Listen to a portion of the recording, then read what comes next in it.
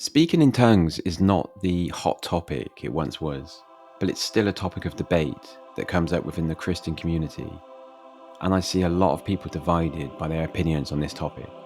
So in this video, I'm going to address what speaking in tongues is and what it means, and most importantly, explain what the Bible really says about it. So what is speaking in tongues? First of all, let's take a look at what speaking in tongues is and what it really means.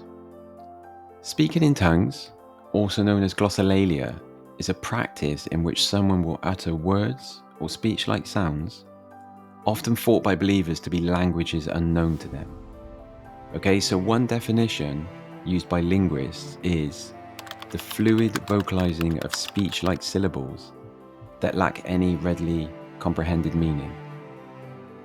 But in the case of religious practice, however, some believe this to be a divine language and a gift from God. 1 Corinthians 14:2 says, "For anyone who speaks in tongues does not speak to people, but to God. Indeed, no one understands them. They utter mysteries by the Spirit." This tells us that speaking in tongues was used in biblical times to communicate with God through prayer. So I fully understand why some Christians take that stance. So what does the Bible say about speaking in tongues? Speaking in tongues is addressed in the Bible in 6 different passages, 3 in the book of Acts and 3 in the book of 1 Corinthians. In Acts 2, speaking in tongues is described as one of the signs that accompanied the outpouring of the Holy Spirit on the day of Pentecost. In 1 Corinthians 12-14, the Apostle Paul discusses speaking in tongues in more detail. He says that it is a spiritual gift, but that it is not the most important gift. He also says that it should be used in a way that builds up the church, and that it should not be used in a way that confuses or disturbs others. Paul specifically mentions, "Sing with my spirit," and "sing with my understanding," which means praising God, which confirms that speaking in tongues is a form of prayer and praise to the Lord. So can every believer speak in tongues? This will surprise some, but every born-again follower of Jesus who has received the baptism in the Holy Spirit can speak in tongues.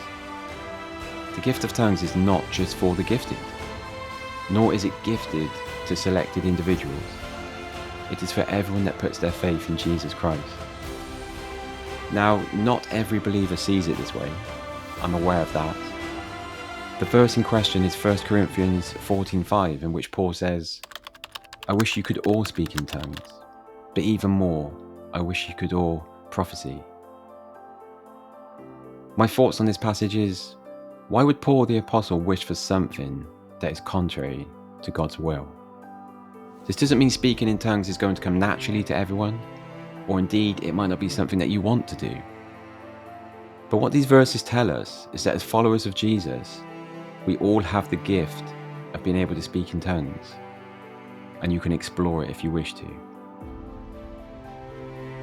I hope you enjoyed this video and got the answers you were looking for. If you have any comments or feedback, I'd love to hear about it, so please feel free to drop a comment below. And please take the time to press the like button and subscribe to the channel if you haven't already, as I have more videos coming out soon. God bless and have a great day.